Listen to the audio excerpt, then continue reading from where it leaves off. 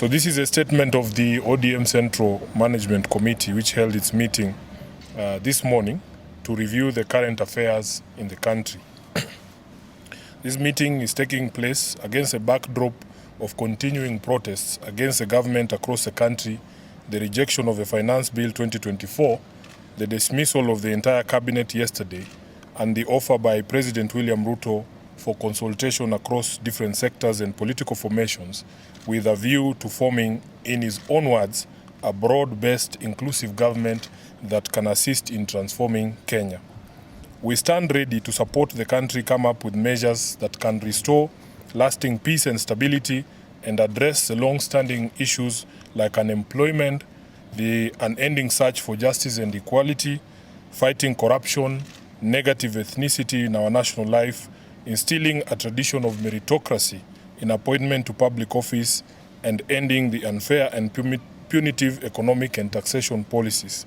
This conversation, in our view, must come ahead of other conversations on the structure of our national governance going forward. As a party, ODM has never shied away from stepping up and having difficult conversations whenever the destiny of our nation is at stake. Indeed, it is said that it is in times of crisis that leadership emerges. The emerging issues and the urgent need to address them is not about rescuing the Kenya Kwanza regime or indeed William Ruto.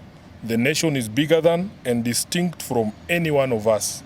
We see this as a chance to rescue our nation and pull it back from the precipice.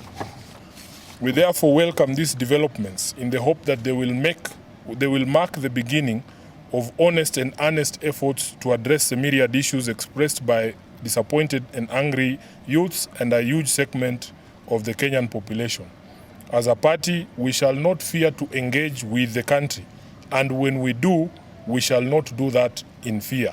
We believe in fighting injustice and dictatorship in all their manifestations because we believe every single member of the country has a right to hold opinions, to express those opinions, and to be heard.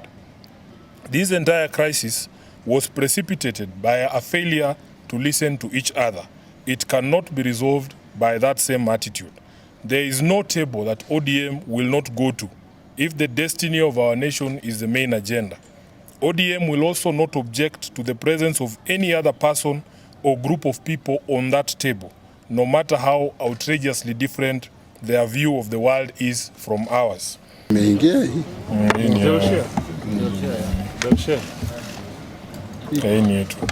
So it is only citizen. What is Ambassa? Hii ni ya modern ya kisasa. Ya kileo. Ya kileo. Hiyo ya chama hiyo kileo.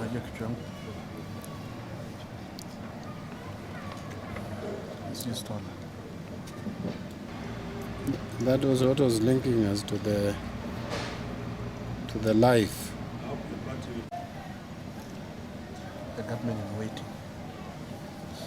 In order for all of us to have this national conversation, we call on the government to take certain immediate steps to create the necessary environment for those talks.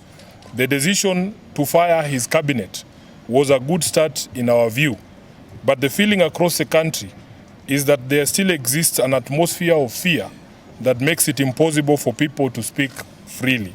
Ruto must immediately fire the Inspector General of Police, the Nairobi Police Commander, and apprehend all police officers implicated in the murders of the over 200 innocent Kenyans in peaceful protests since last year.